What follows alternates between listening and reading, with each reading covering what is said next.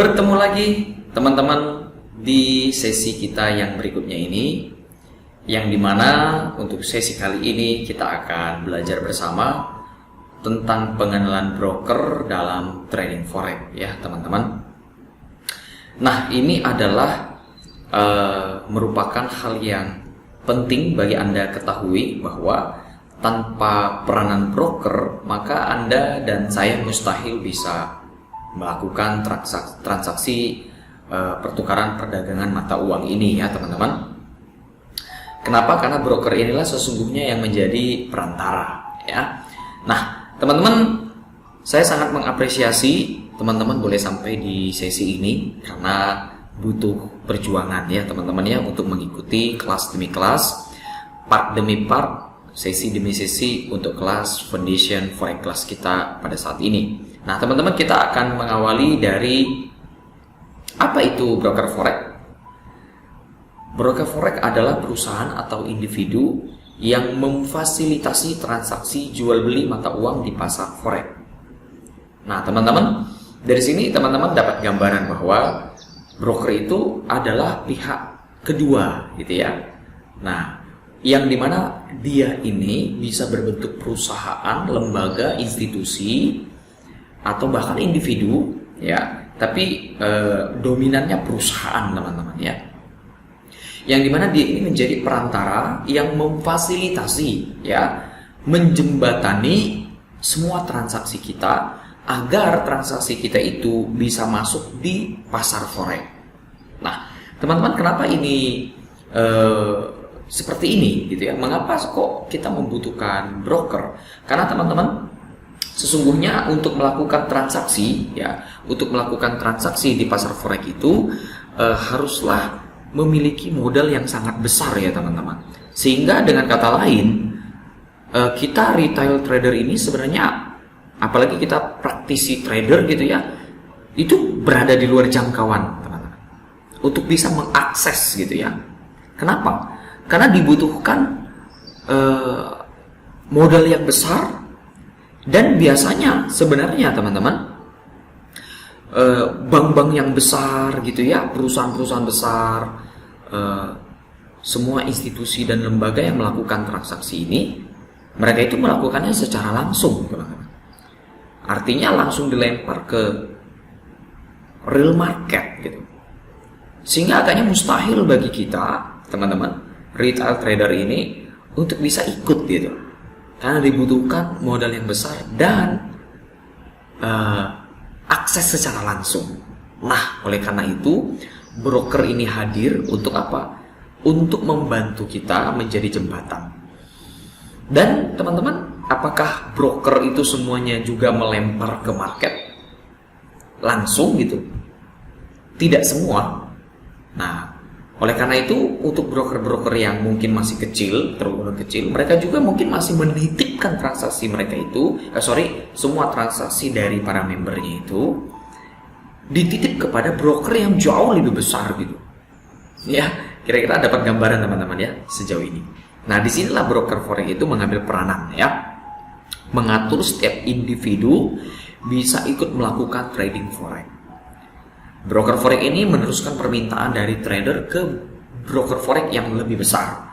Nah demikian seterusnya, sehingga nantinya teman-teman, setiap permintaan trader itu bisa diakomodasi di pasar forex yang besar dan masif teman-teman. Nah jadi selain itu, broker forex juga menyediakan platform ya, menyediakan software untuk kita melakukan trading. Nah pada umumnya setiap broker itu terhubung dengan MT4, MT4 atau MT5 dan beberapa platform lainnya seperti JTrader, NinjaTrader dan beberapa yang lainnya ya teman-teman ya. Nah teman-teman, sekarang kita lanjut jenis-jenis broker forex. Nah untuk jenis-jenis ini teman-teman, ternyata ada beberapa jenis ya untuk broker forex itu sendiri. Yang pertama ada broker ECN, Electronic Communication Network, ada juga broker STP, Strike Chart Procession, ada juga broker Market Maker teman-teman. Nah, apa-apa saja dan seperti apa-apa saja jenis-jenis daripada broker ini. Nah, teman-teman, Untuk yang pertama yaitu Electronic Communication Network, yaitu menghubungkan trader langsung dengan penyedia likuiditas pasar forex. Spreadnya rendah dan eksekusinya cepat, teman-teman. Dan tidak ada konflik kepentingan antara broker dan trader. Nah, ini untuk yang pertama, ini tergolong broker yang aman, dijamin aman. Anda deposit seberapa besar pun bisa dijamin ke uang Anda, gitu ya. Meskipun semuanya tidak ada jaminan secara mutlak, tetapi untuk tingkat keamanan jauh lebih aman ya jenis broker ECN. Makanya Anda bisa lihat cek-cek ya. Kadang-kadang tergantung juga, ada broker yang menyediakan akun ECN gitu ya.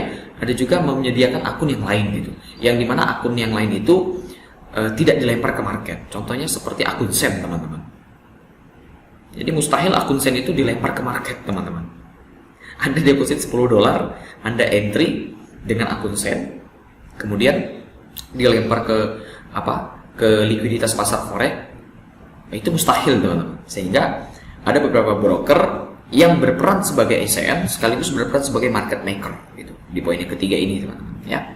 Nah, kemudian broker STP, Strike Target Precision ya, yaitu meneruskan order para trader itu langsung ke penyedia likuiditas. Dia langsung melemparkannya ke market. Spreadnya kompetitif dan transparan.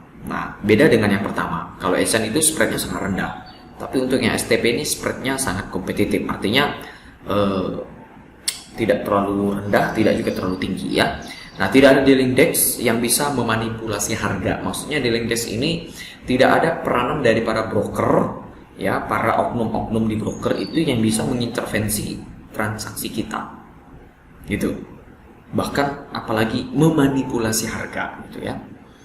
Kan teman-teman yang pemula mungkin tidak seberapa tahu, tapi bagi kita yang sudah lama berkecimpung di dunia trading, kita tahu bahwa di luar sana banyak sekali broker-broker ya, dalam tanda kutip mengatasnamakan broker, tapi sesungguhnya mereka itu mempermainkan dan memanipulasi harga hanya dengan tujuan untuk membuat trader itu MC, teman-teman, margin call.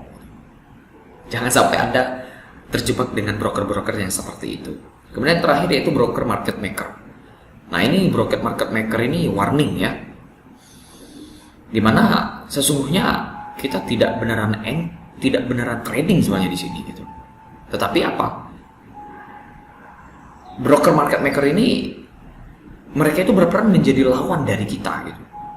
Mereka berperan sebagai lawan dari kita, menawarkan spread tetap dan likuiditas internal, dan mungkin terjadi konflik kepentingan dengan trader. Artinya ini benar-benar mereka sesuka hati mereka bisa mempermainkan market gitu, teman-teman. Menggerakkan chart ya, mereka punya intervensi untuk itu sehingga benar-benar transaksi kita tidak dilempar ke market gitu ya. Nah, itu teman-teman ya. Nah, ini adalah tiga jenis daripada broker, teman-teman. Kemudian bagaimana caranya kita membedakan broker yang jujur atau penipu? Nah, ini penting agar agar kita tidak terjebak ya. Sayang dong, teman-teman, kita deposit, kita siapkan dana, kita punya plan untuk bisa trading dengan benar ya, tapi ternyata kita dikerjain oleh broker, kan kasihan sekali.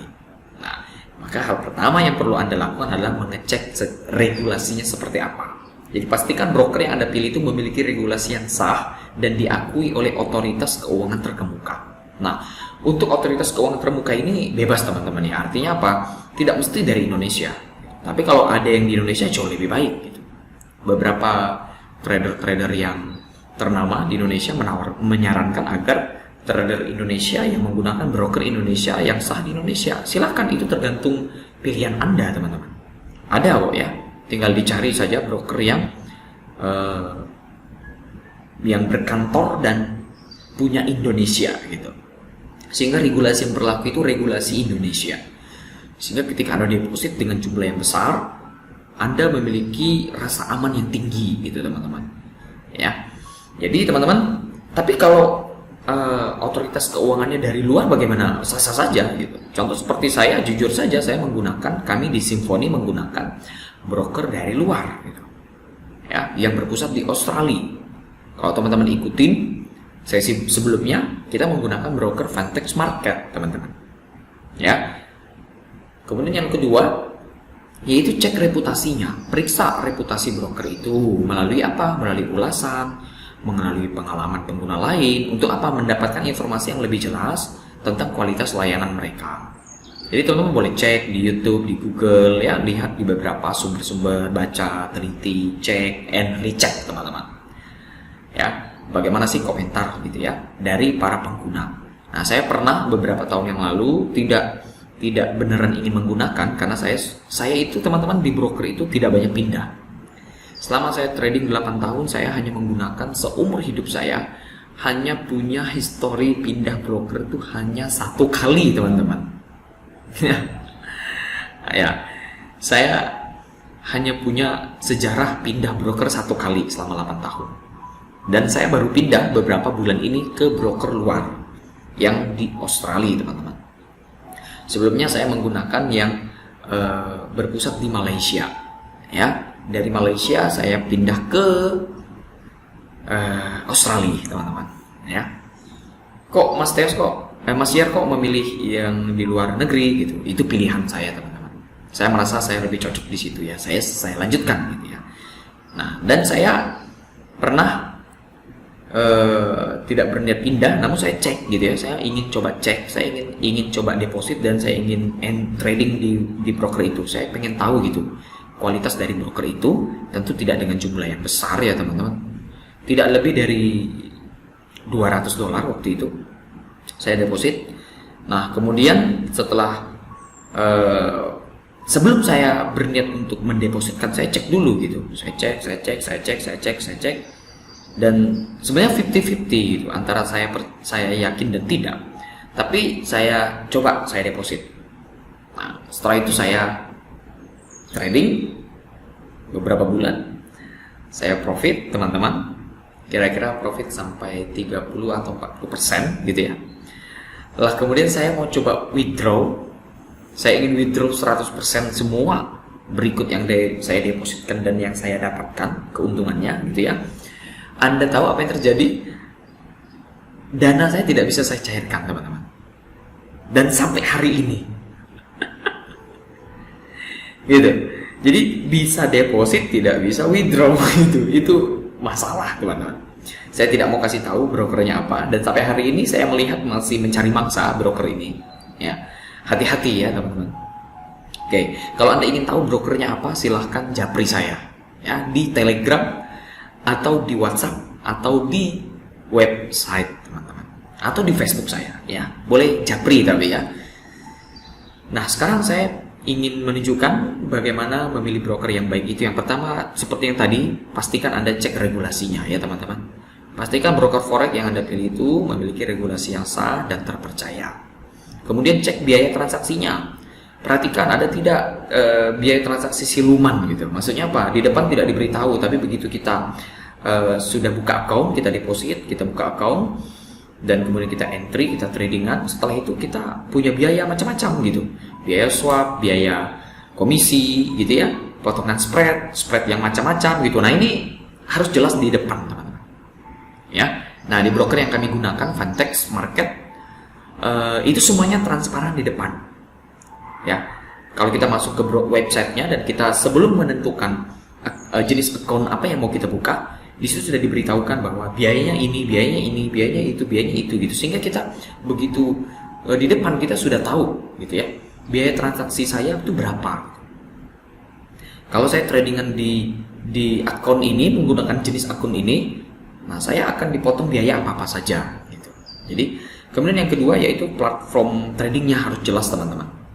Ya, pada umumnya menggunakan MT4, ya, MT5, atau mungkin MT4, MT5, atau mungkin CTrader. Ya, saya menggunakan CTrader juga untuk broker yang lain. Nah, itu pada umumnya ya. Tapi kalau platformnya sudah macam-macam, sudah aneh-aneh, perlu diwaspadai ya, teman-teman. Kemudian yang terakhir yaitu layanan pelanggan. Nah, ini paling penting, teman-teman. Apakah broker Anda itu memiliki layanan pelanggan yang baik. Ya, apakah mau meresponi ketika kita sebagai pelanggan bertanya? Maukah mereka melayani pertanyaan kita? Maukah mereka melayani keluhan kita, gitu ya? Maukah? Nah, harus pastikan dulu, teman-teman. Dan tentunya memiliki tim yang responsif dan siap membantu, karena kita ini klien, teman-teman. Ya, mereka itu dapat untung dari kita, gitu. Jadi bagaimana mungkin mereka ingin dapat untung dari kita tapi mereka tidak mau kerja, tidak mau melayani kita. Nah, itu masalah, ya. Jadi ini adalah panduan memilih broker forex yang baik. So, sampai di sini dulu untuk sesi ini, yaitu pengenalan broker dalam trading forex. Bertemu lagi di sesi yang berikutnya.